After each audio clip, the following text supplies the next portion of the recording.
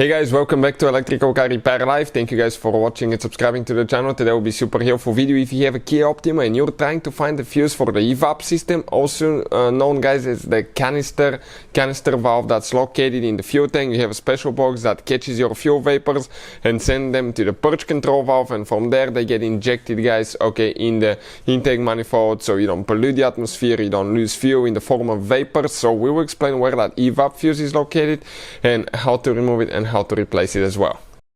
These guys should work on Kia Optima guys, generation 2010 all the way to 2015. Some years may differ, but most of them will be that way. Also, let me tell you quick, if you have that Kia Optima guys, we'll have more than 200 free electrical and diagnostic videos on this channel you're watching right now. It's called Electrical Car Repair Live, and we'll be having more than 300 mechanical videos taking the whole engine apart, transmission apart on our YouTube channel, World Mechanics guys. Okay, World Mechanics right here, check it out. Very helpful information will be shared there, everything from start to finish, videos that will teach you how to practically rebuild your engine. In addition, if you need to buy any parts, tools, anything like that, we'll share the link in the description of the video below for your convenience. Why we make all these videos? Because our mission as a shop is to save you as much money as we can. Let's start on it now. So this is it guys, here Kia Optima 2013 model. You can see 2.4 GDI engine, but even if you have a different engine the procedure may be the same. That's a fuse box right here, one tap here, one there, squish, pull straight up, perfect.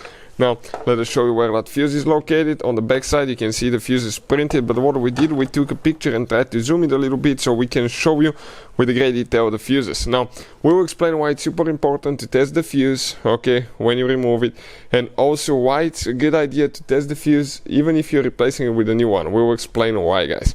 Now that layout corresponds to what we have here, and the fuse that we need to check is known as a sensor 2 fuse guys. So if you come right here, that 10 amp fuse, sensor 2, come right here, it's the second fuse, so that fuse is the one that we need to check. So we're going to get the fuse puller over here, go on top of the fuse, pull it out, perfect, just like that. So you can see that's it guys, this is the fuse, okay, right here. So now how you can tell if it's burned or not? Usually looking through the glass, but sometimes you cannot tell 100% if it's a good fuse or bad fuse. So we'll recommend to test it, and we have a video that explains how to do that in just a few seconds guys.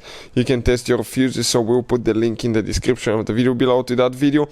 Also, if you're replacing it with a new fuse, test the new one as well. Sometimes you may have a defective fuse, and if you put a bad fuse in your car guys, you spend so much time and money to fix your Kia Optima when all you have to do is test the fuse.